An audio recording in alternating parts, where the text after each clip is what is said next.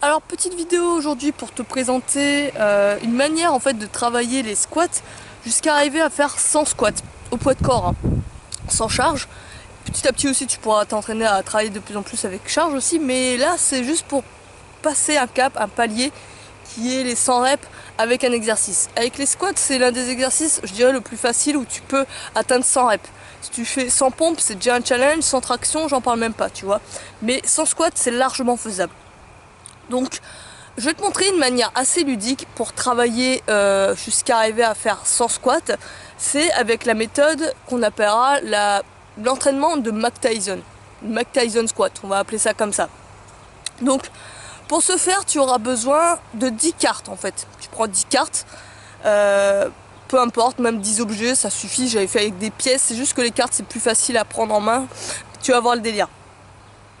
Et si tu veux, pour la petite histoire, cet entraînement de faire les 100 squats, c'est que c'était Tyson qui avait fait ça lorsqu'il était en cellule, lorsqu'il avait été incarcéré pour je sais plus quoi, j'en sais rien, mais en tout cas apparemment il avait été incarcéré, je sais plus pour dans combien de périodes, peut-être 2-3 ans, enfin bref, on s'en fout. Et pour s'entraîner les jambes, il faisait ça, il faisait cet exercice avec les cartes. Et apparemment ça lui avait bien réussi puisque en sortant de prison il était encore beaucoup plus musclé au niveau des cuisses que lorsqu'il était arrivé auparavant. Apparemment c'est ce qu'on dit. Donc je te renvoie à la vidéo de Judge Bryant si tu veux aller voir ça en détail. Il en parle un peu mieux que moi sur ça, sur l'histoire avec Mike Tyson. En tout cas, sa manière de faire est très intéressante et elle va te permettre vraiment de travailler jusqu'à arriver à faire son squat sans t'en rendre compte presque.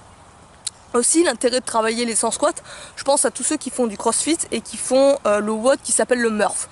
Donc le WOD qui s'appelle le Murph, pour ceux qui ne savent pas, c'est un WOD où tu commences par faire 1,6 km de course à pied, ensuite tu enchaînes par 100 tractions, puis 200 pompes, puis 300 squats et encore 1,6 km à pied.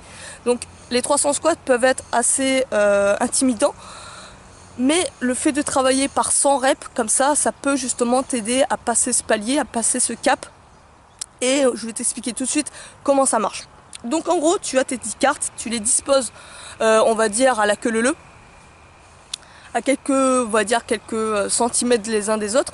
Et ce que tu vas faire en fait, c'est à chaque fois quand tu vas ramasser une carte, tu vas faire un squat. Donc pour ta première, on va dire pour ta première carte, pour prendre ta première carte, tu vas faire un squat pour t'abaisser, la garder en main. Tu t'avances jusqu'à la deuxième carte, tac, tu vas pas tout de suite ramasser la deuxième carte, non au contraire tu vas la poser ta première carte. Tu te relèves, hop, tu renchaînes et cette fois tu fais 2 squats pour ramasser tes 2 cartes, une à la fois.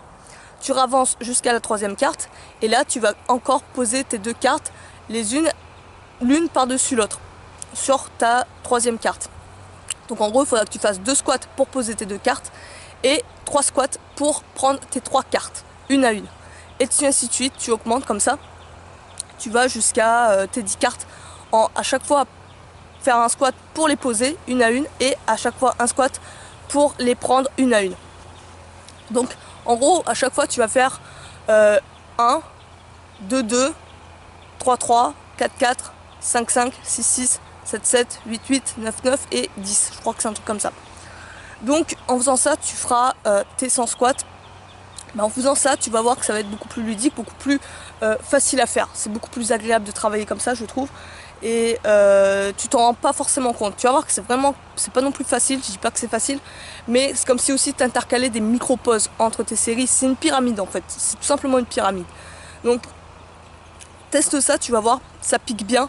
Tu peux faire ça en une séance jambes par exemple, tu sais pas quoi faire et t'as vraiment peut-être pas accès à du matériel et que tu veux peut-être plus travailler en endurance, ça peut être sympa.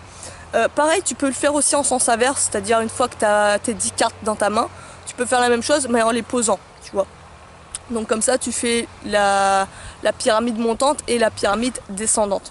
Donc c'est vraiment sympa, tu peux le faire en plusieurs tours. L'objectif c'était d'arriver à faire 3 à 5 séries de 100 squats à chaque fois, 3 à 5 tours. Donc perso pour l'instant j'avais travaillé à 300 squats, mais je le faisais en fin de séance. Si tu le fais en début de séance, je pense que c'est beaucoup plus facile, entre guillemets, beaucoup plus accessible. Si tu le fais en fin de séance, lorsque tu es déjà bien mort, ça te fait un excellent finisher. Donc je t'invite à tester ça, tu as juste besoin de 10 cartes. Je te montrerai peut-être aussi d'autres trucs avec les cartes, c'est marrant, il y a des jeux sympas à faire en entraînement. Je te montrerai ça. Dis-moi juste ce que t'en penses. N'hésite pas, si tu as des questions, des suggestions, des remarques et tout, tu me le fais part en commentaire, ce sera avec plaisir que je te répondrai. Et sur ce, moi je vais te laisser là-dessus, je te dis à la prochaine, entraîne-toi bien, à plus.